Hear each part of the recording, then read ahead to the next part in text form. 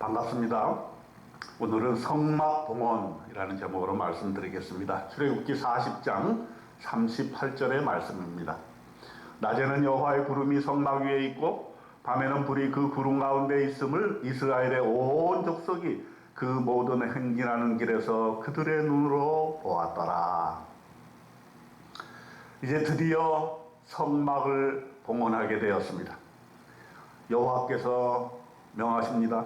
첫째 달 초하루에 성막 곧 회막을 세우라 명령하십니다. 증거궤를 들어놓고 휘장으로 그 궤를 가립니다. 상을 들여놓고 그 위에 물품을 진설하고 등잔대를 들여놓아 불을 켭니다. 금향단을 증거궤 앞에 두고 성막문에 휘장을 달아야 합니다. 번제단을 회막의 성문 앞에 놓고 물두멍을 회막과 제단 사이에 놓고 그 속에 물을 담습니다. 뜰 주위에 포장을 치고 뜰문에 휘장을 달고 또 관유를 가져다가 성막과 그 안에 있는 모든 곳에 발라 모든 기구를 거룩하게 만듭니다. 아론과 그 아들들을 회막문으로 데려다가 물로 씻기고 거룩한 옷을 입힙니다. 기름을 부어 거룩하게 하여 제사장 직분을 영원토록 하도록 만듭니다. 그들이 기름 부음을 받았은즉 영영대대로 제사장의 역할을 감당해야 하는 것입니다. 모세와 아론과 그 아들들이 물두멍에서 수족을 씻고 드디어 예배할 수 있는 준비를 다 마치게 되는 것입니다. 이렇게 보면 출애굽기 마지막 장 40장은 또 출애굽의 전체의 내용은 40장의 결론적으로 모든 것이 하나님께 예배 드리기 위한 결론으로 향하고 있음을 우리는 알 수가 있습니다. 이제 하나님의 성막이 봉헌이 됩니다. 구름의 회막이 덮이고 여호와의 영광이 성막에 충만하게 되었습니다. 여호와께서 모세에게 명령한 대로 하니 하나님이 임재하시게 되었습니다. 그때부터 성막은 이스라엘의 행진의 기준이 되었습니다. 출애굽기 40장 37절에 보면 구름이 성막 위에서 떠오를 때에는 이스라엘 자손이 그 모든 행진하는 길에 앞으로 나아갔고 구름이 떠오르지 않을 때에는 떠오르는 날까지 나아가지 아니하였으며 그랬습니다. 여러분, 이것이 바로 우리의 신앙의 원리입니다. 하나님이 함께 하시면 우리의 인생길을 행진해야 하는 것이고 앞으로 나아가야 하는 것이고 하나님이 허락하지 아니하시면 멈춰서야 합니다. 여러분, 멈춰서는 것도 중요한 것입니다.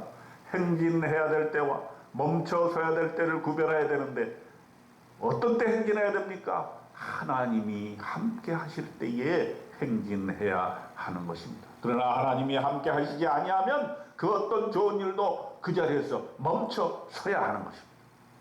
이제 성막이 완성됨으로 말미암아 이스라엘 백성들이 가시적인 행진의 목표점을 갖게 되었습니다. 막막한 광야의 길에서 성막이 기준이 되고 그들의 신앙의 기초가 되었습니다. 하나님의 임재의 표상이 되었습니다. 막막한 인생의 길에서 우리가 인생의 좌포가 되는 것이 무엇이 되어야 합니까? 바로 교회인 것입니다.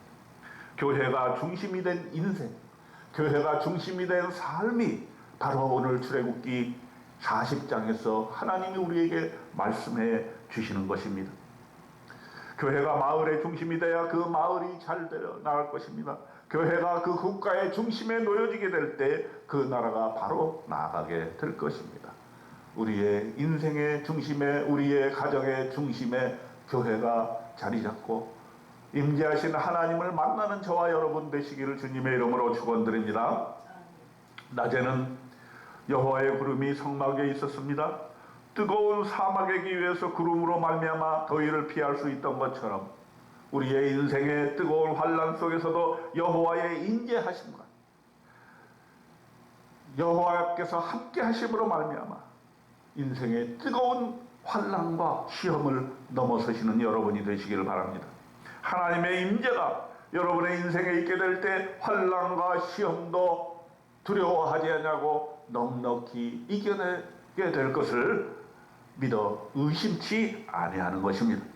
밤에는 불이 성막 가운데 있게 되었습니다.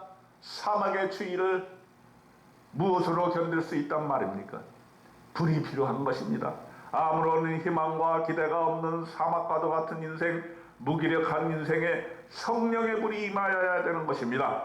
불로 충만하게 임하게 되었을 때 우리의 무기력한 인생이 다시 살아나게 되고 하나님의 영광을 드러내는 인생 될 것으로 믿습니다. 여러분, 성막의 봉헌을 통해서 우리 안에도 교회 중심의 신앙이 불일듯이 일어나길 원합니다.